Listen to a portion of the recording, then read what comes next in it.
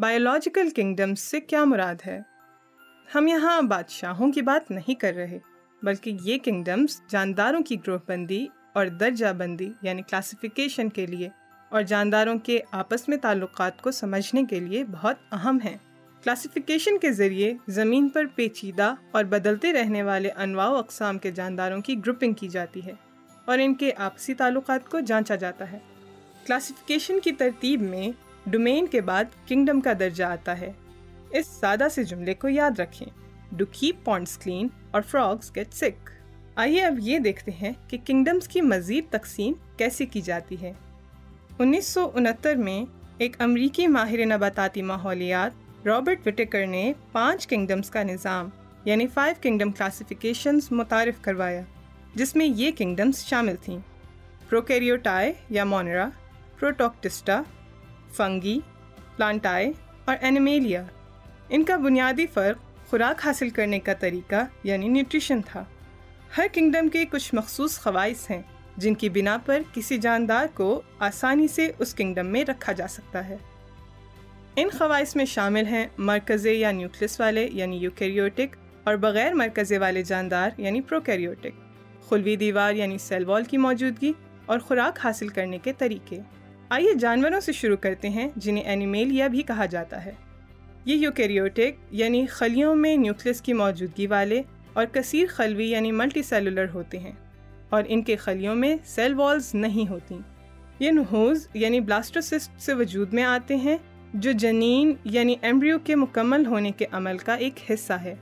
ان میں اعصابی نظام یعنی نروس سسٹم اور ہارمونل سسٹم موجود ہوتا ہے۔ یہ ہیٹروٹروفک ہوتے ہیں یعنی خوراک کھانے اور ہضم کرنے کا نظام رکھتے ہیں۔ یہ متحرک ہوتے ہیں یعنی ایک جگہ سے دوسری جگہ جانے کے لیے حرکت کرتے ہیں۔ یہ خلیوں کی تقسیم جو تمام بافتوں یعنی ٹیشوز میں ہوتی ہے کے عمل سے بڑھتے ہیں۔ پودے یا پلانٹائے کنگڈم، یہ جانوروں کی طرح یوکیریوٹک اور ملٹی سیلولر ہوتے ہیں، لیکن جانوروں کے برعکس ان میں سیلولوز سے بنی سیل والز پائی جاتی ہیں۔ یہ خود پروردہ یا اوٹوٹروفک یعنی اپنی خوراک خود بنانے والے ہوتے ہیں۔ ان کی نشو و نما مضغی بافتوں یعنی میریسٹم تک محدود ہوتی ہے جو تقسیم ہونے والے خلیوں کی ایک تہ ہے۔ یہ غیر متحرک ہوتے ہیں۔ گیس کے تبادلے کا نظام ان کے پتوں میں موجود ہوتا ہے جو پانی جذب نہیں کرتے۔